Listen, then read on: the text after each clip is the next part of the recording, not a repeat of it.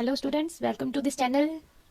Photo electric effect क्या होता है? तो photo mean light and electric mean electricity. Electricity का पैदा होना लाइट की हेल्प से, उसको हम फोटो इलेक्ट्रिक इफेक्ट बोलते हैं।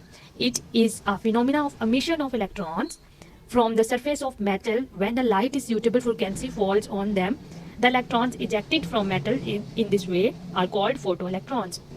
ऐसा फिनोमिना जिसमें इलेक्ट्रॉन जो है वो एमिट हों, इस डायग्राम में देखिए मेटल है, इलेक्ट्रॉन एमिट हों, कहाँ से हों? एक सरफेस से, मेटल की सरफेस से इलेक्ट्रॉन का एमिट होना।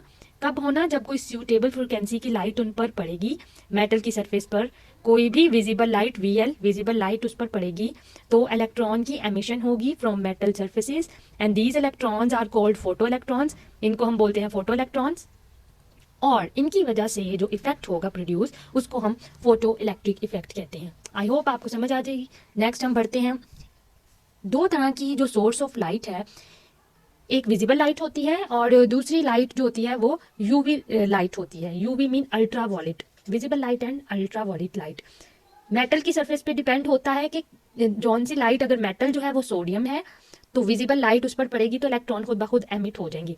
लेकिन सोडियम के अलावा कोई और मेटल है, फॉर एग्जांपल ग्रुप 2 से बिलोंग करती है अगर मेटल, तो हम कहेंगे कि उसके लिए लाइट इंटेंसिटी भी डिपेंड करेगी, कोई और लाइट जो है वो यूज होगी। जैसे यूवी रेज अगर मेटल की सरफेस पे पड़ेंगी, अगर वो मेटल ग्रुप 2 से है, यानी ग्रुप 2 में क्या आती है, मैग्नीशियम, बेरियम, ये सब मेटल्स ग्रुप 2 में आती हैं, तो फिर उनमें से इलेक्ट्रॉन निकलेंगे।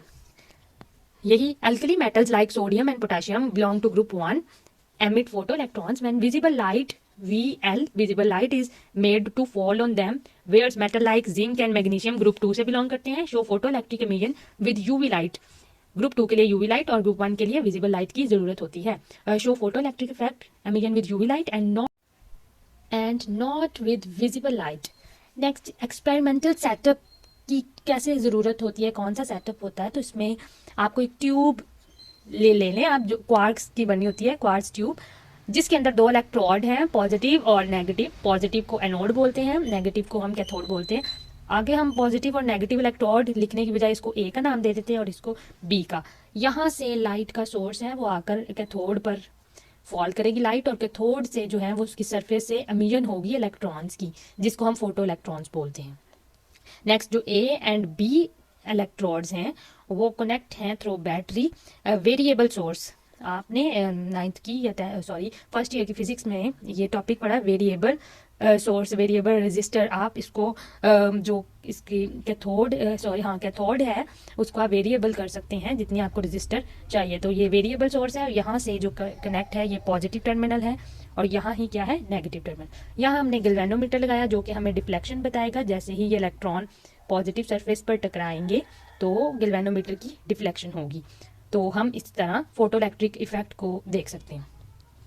It consists of an evacuated quartz tube that contains two electrodes which is connected to a source of variable voltage. Monochromatic light is made to incident on metal plate A and it ejects an electron. Metal B collects the ejected electrons and these electrons give rise to a current in the circuit which is measured with the help of micrometer. This current is called photoelectric current.